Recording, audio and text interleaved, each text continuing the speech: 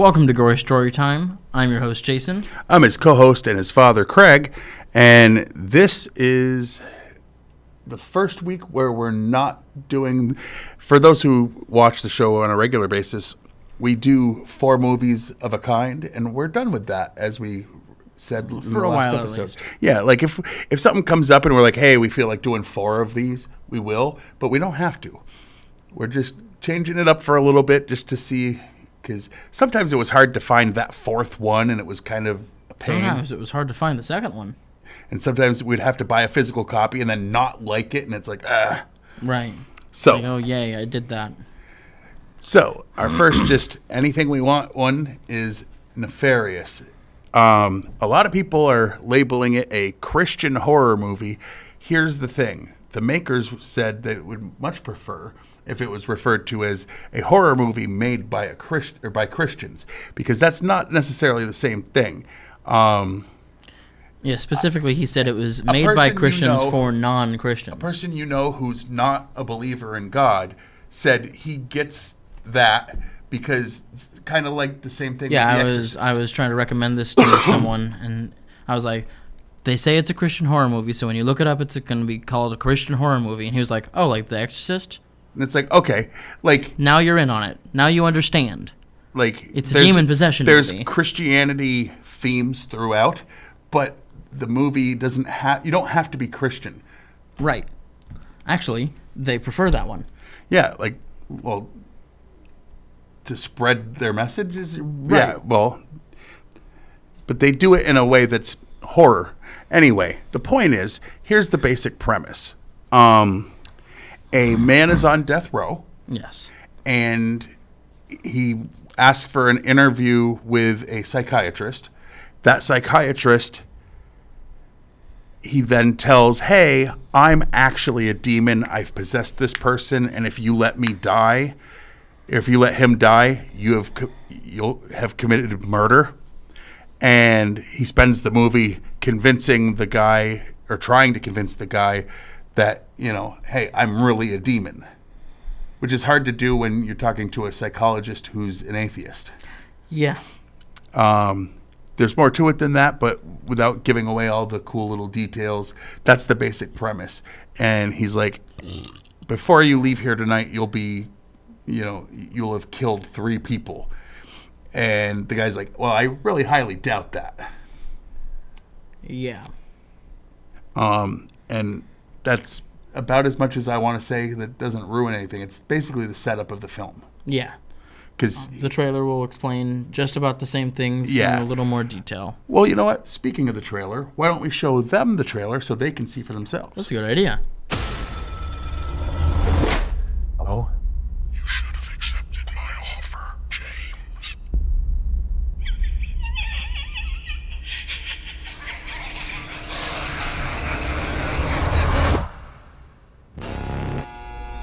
Execution scheduled for 11 p.m. But he's trying to convince us he's gone insane. And therefore incapable of being executed. I need you to prove he's faking it. Edward? Let me ask you some questions. I'm not Edward. I'm a demon. Demons aren't really a thing. What happened to Edward? We own him. We? He's a master manipulator. You have your head so twisted around you think you're the killer, not him. Then give me something to make me believe you. Prove to me you're a demon.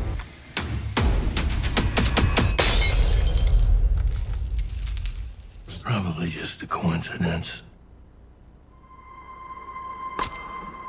I want to talk to The real Edward. Makes me do bad. I can't stop him. I need you to see something. You got a fan. Did the same thing with all his victims. Help me! I'm trying to, Edward, but you have to answer my questions. You have to tell me the truth. It won't let me! It can go away. It can go away. Yes? No. It's starting to happen. Can you feel it, James? Can you feel it?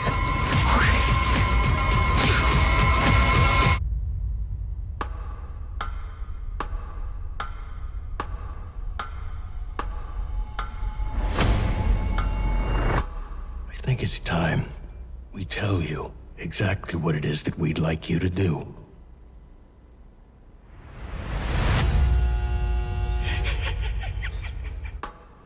Well, Wow. all right. Pretty good trailer. Doesn't give away everything, which is, a guy sits across from. It basically gave away mostly what we've told you. Right. What I said as the Psychiatrist premise. and inmate talk for 90 minutes. Yeah. Now, before we get into the behind-the-scenes information, et cetera, I would like to give a shout-out to our real sponsors that actually exist and send us money, and we're not broke people. Yes, send us money. Like, you weren't, trying to figure out if you could afford to buy some trash bags today. Nope, that didn't happen. We are rolling in the dough from these real things that sponsor us. No. I wasn't looking for trash bags. I was These filling trash bags with money.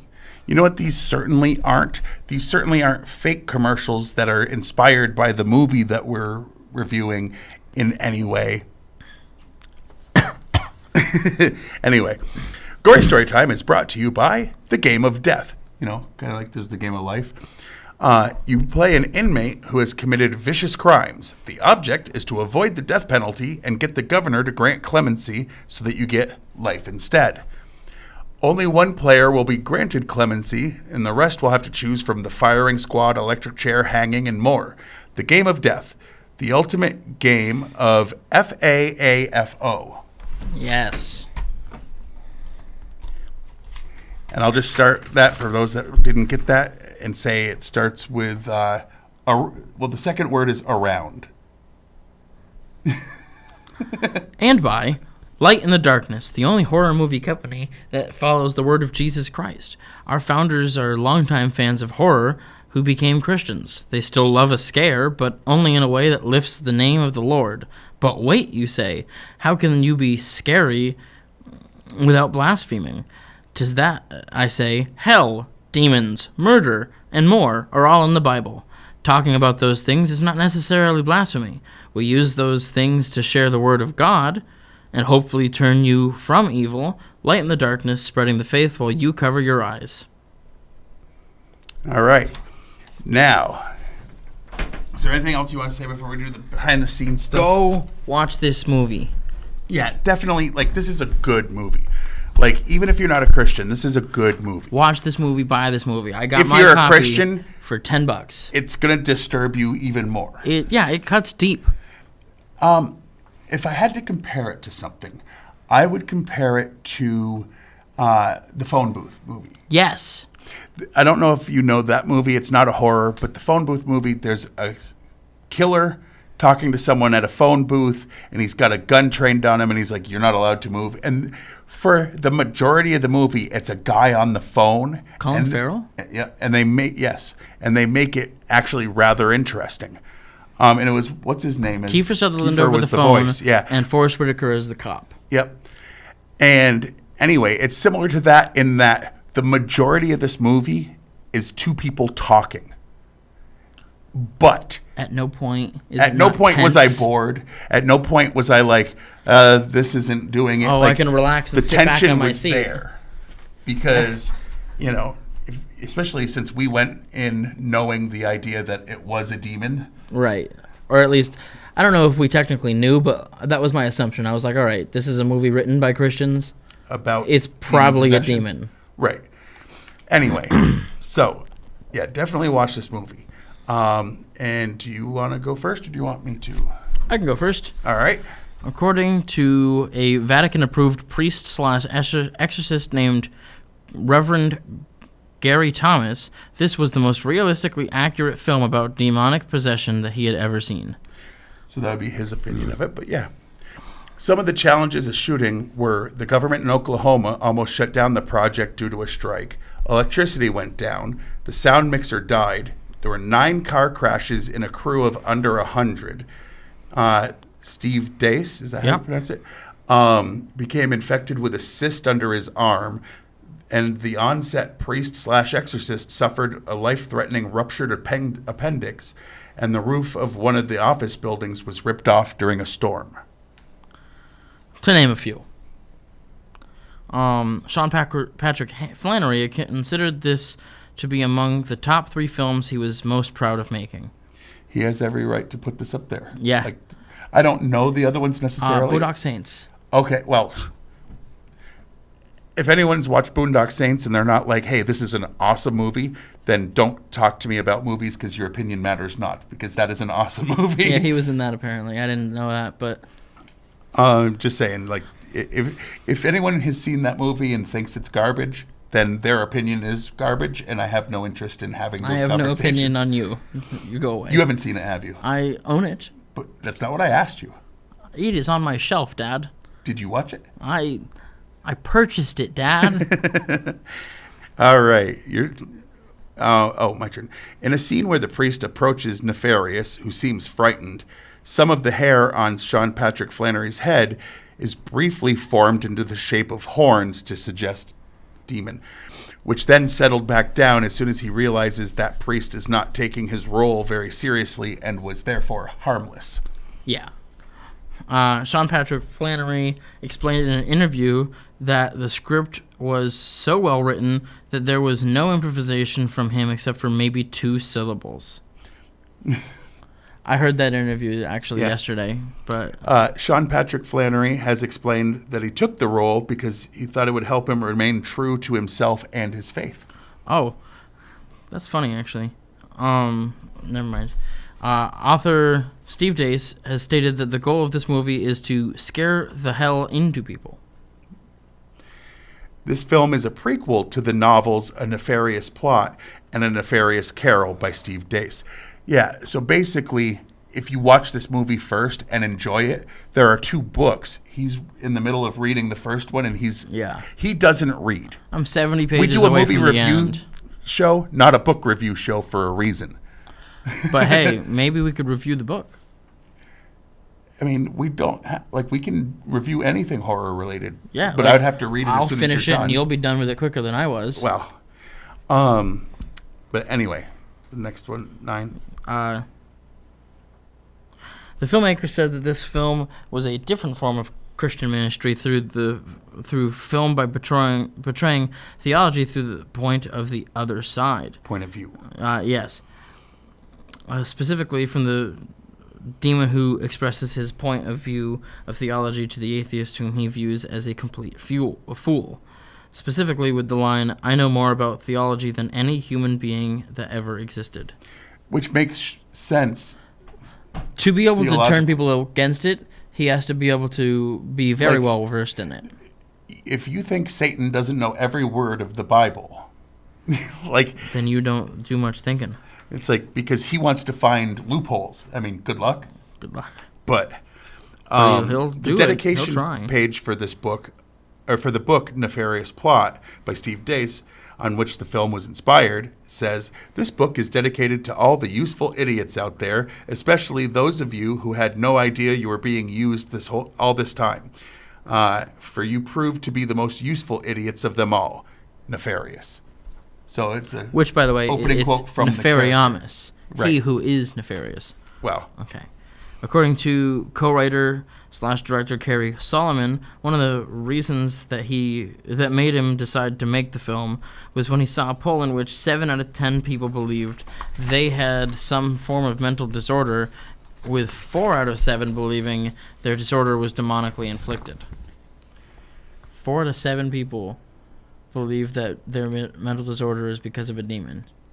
Sean Patrick Flannery agreed to play the inmate Nefarious simply because he loved working with Kerry Solomon and Chuck Konzelman on a film 15 years earlier that was never released.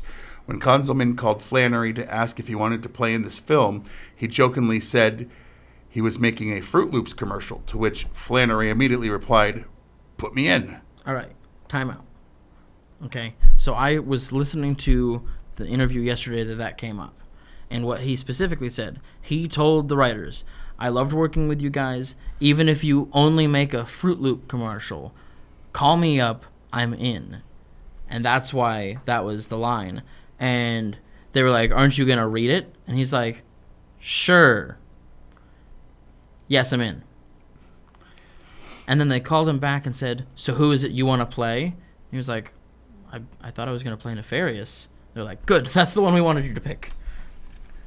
Your turn. Sean Patrick Flannery previously portrayed a person with a mental illness possessed by an evil force in The Evil Within. I haven't seen that movie in a while.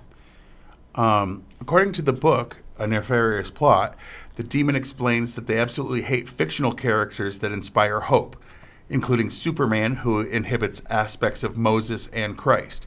He explains that they sought to corrupt the character by influencing the revision that would have been Superman Lives, directed by Tim Burton, starring Nicolas Cage, but failed when that film got canceled. They experienced another fall when Man of Steel was made, and Superman seeks advice from a priest in it. For this, Nefarious explains that the demon general in charge of Hollywood was punished severely. Yeah.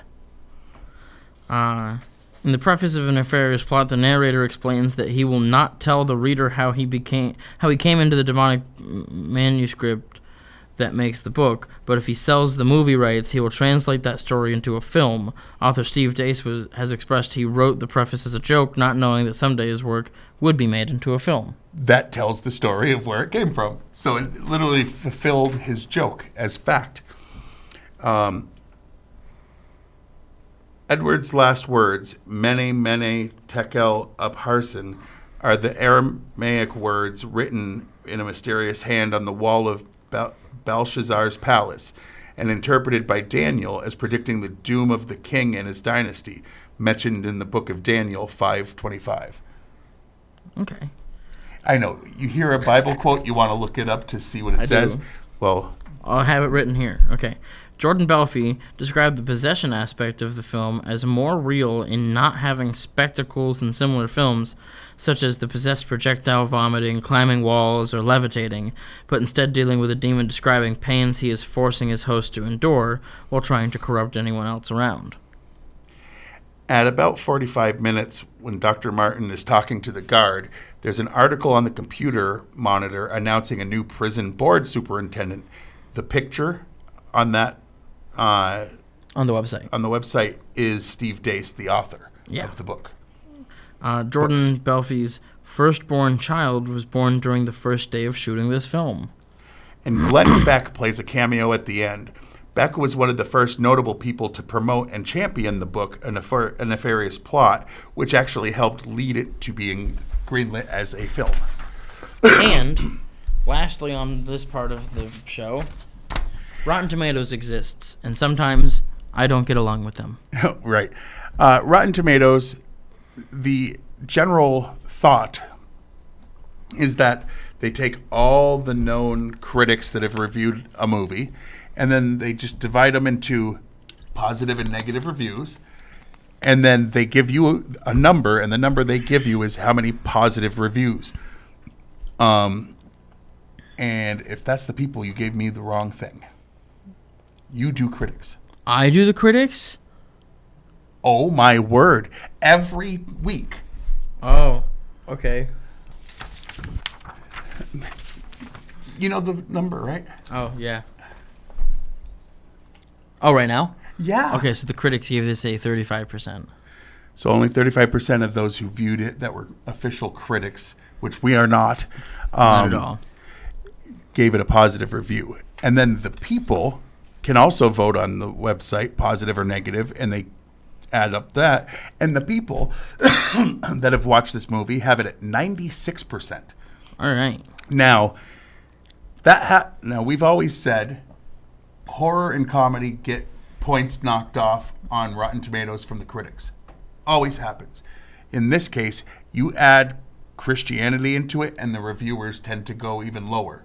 Yeah. Because of their personal beliefs on that. He gave me the... Okay.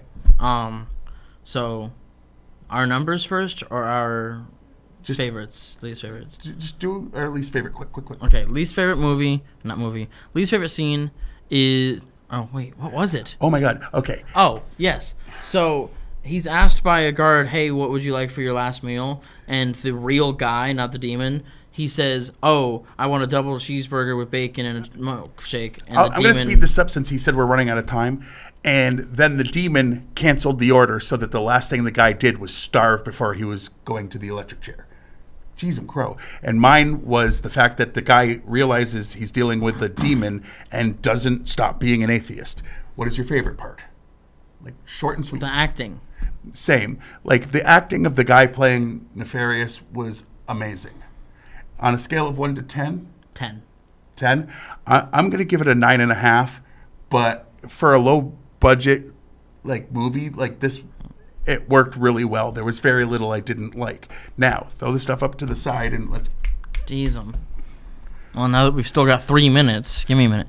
So you can watch this show on Fact TV channel 1082, Thursdays at 8:30 p.m. and Fridays at 7 p.m. You can also like us on Facebook. And when I say like us, I mean Gory Storytime has a page and Fact TV has a page. You can go to fact8.com and watch a bunch of the back episodes of this, as well as many, many hours of other entertainment. And you can follow me on X. It used to be called Twitter. I'm at Craig Jakes, all one word, all lowercase. And I'm at Jiggly Fernbrain. I only tweet things that I find funny that he says in or out of context, usually out. And if you go to YouTube and you type in Gory Storytime, the two things that'll pop up is my Gory Storytime page and Fact TV's page, because they post them too. Yes. That's the deal that I have with them. That's cool. Subscribe to both. Like, subscribe, hit the notifications. And until next time, I've been your host, Jason. I'm his co-host and father, Craig, and sweet dreams.